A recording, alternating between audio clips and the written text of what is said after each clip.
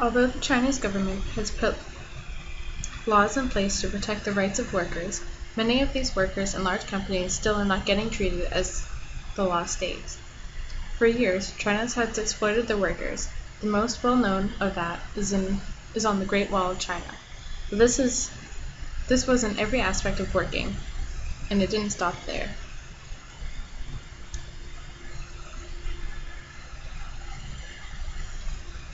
In 1994, the Chinese government created laws that are supposed to protect the rights of the workers. Just a few of these laws include working no more than 8 hours per day unless otherwise agreed upon, no more than an average of 44 hours per week. If they are to be able working overtime, it must be established by both employee and worker. If working overtime, it must be at least 1.5 times the normal rate, 2 times the normal rate if it is completed on a scheduled day off and no make-up days are available, 3 times the normal wage if completed on special government holidays such as New Year's and National Day. Paychecks must be presented to employers monthly and in the form of cash. Facilities must be up to government safety standards, and contracts must be signed and given to both employee and worker.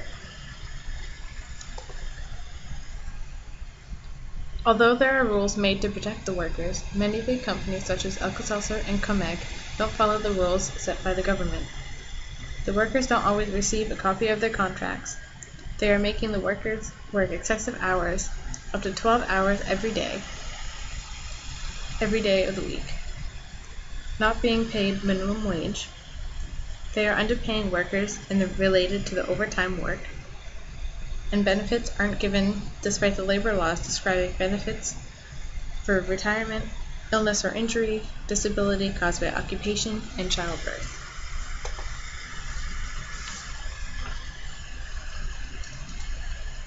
Oftentimes, they are working in crowded, unsanitary conditions or not given the required safety training, or even given gloves or masks to protect against chemicals or burns.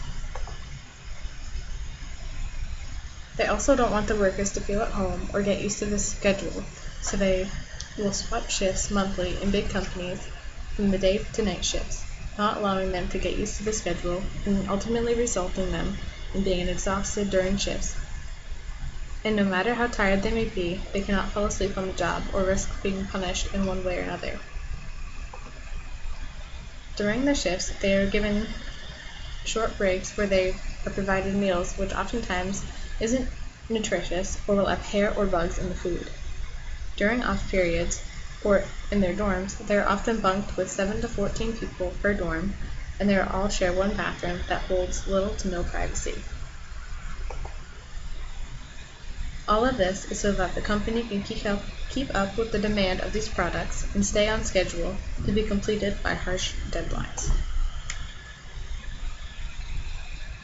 Although law states that workers are allowed to refuse work and are allowed to quit at any time, many fear to do so as they don't have their contracts. They are unaware of what the company can or cannot do. They fear not being paid the money that will be due to them, and their meal cards will be taken away, or if they are migrant workers, they fear being made to leave the city or are otherwise forced to immediately find a new job to stay.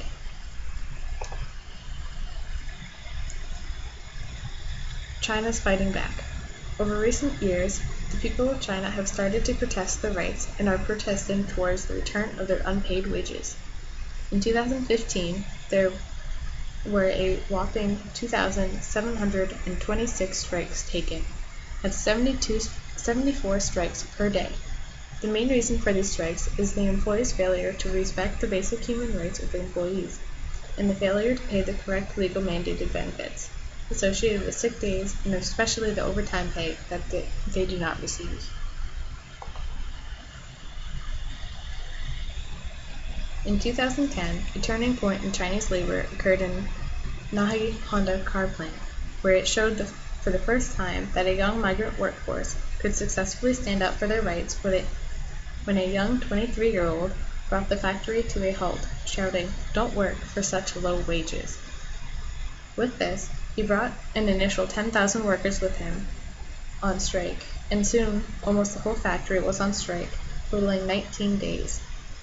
After which, the company finally took to their demands, although now they won't respond publicly about the uproar. With strikes on the rise, changes are being addressed. Beginning in 2011, there were 185 strikes, but just 5 years later, there were a total of 2,726 strikes. Changes are finally coming to the workforce, however slowly. Many believe within the next 10 years we will start to see changes. Companies are getting scared about the uproars like one occurring at the Honda plant in 2010, and companies are starting to see that this is a real issue.